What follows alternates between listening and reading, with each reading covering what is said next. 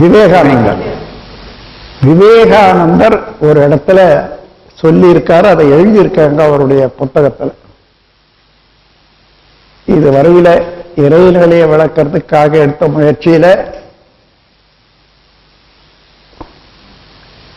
கோயில்கள் பல உண்டாச்சு. விக்கிரகங்கள் எல்லாம் வச்சு கோயில்கள் கட்டக்கூடிய காலம் இன்னும் பெருகிக் கொண்டேதான் இருக்கும். ஆனால் இதுக்கு ஒரு மாற்றம் உண்டாக போகிறது. உருவத்துக்கு கோயில் கட்டினது போய் அறிவுக்கு ஒரு கோயில் உண்டாகும். அந்த அறிவு கோயில் என்ற பெயரோட வரக்கூடியது அது ஓங்கார வடிவத்திலே அமையும். அந்த கோயில்ல எந்த உருவமும் இருக்காது, உருவ வழிபாடுகள் இருக்காது. அறிவை பற்றியே விளக்கக்கூடியதாகவே இருக்கும். அந்த கோயில்ல ஒரு விக்கிரமும் நீங்க பார்க்க முடியாது.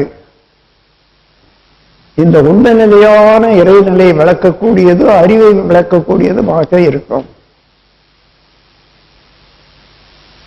அது தென்னாட்டில் ஒரு குக்கிராமத்துல தான் ஆரம்பிக்கும்.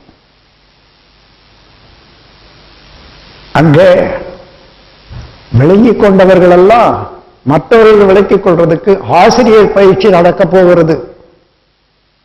இப்படியே எழுதியிருக்குது. நானே படிச்சு பார்த்தது. என்ன அற்புதம் பாருங்க.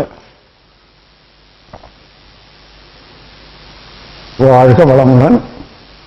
அந்த காலத்தை நினைவு கூர்ந்து ஒரு பெரிய மகான் வெளியிட்ட கருத்துக்கு நாமும் உணர்ந்து அதோடு ஒத்துழைத்து நம்முடைய சேவையை தொண்டினை உலகுக்கு ஆற்ற வேண்டும் என்று ஒவ்வொருவரும் உறுதி எடுத்துக் கொள்ள வேண்டும் என்று வேண்டிக் கொண்டு, நீங்கள் அனைவரும் எல்லாம் வல்ல இறையாற்றலின் கருணையினாலே உடல் நலம், நீளாயுள், நிறை செல்லும், உயர்ப்புகள், மெஞ்ஞானம் இவற்றில் ஓங்கி சிறப்பாக வாழ வேண்டும் என்று வாழ்த்து என் உரையை நிறைவு செய்கிறேன்.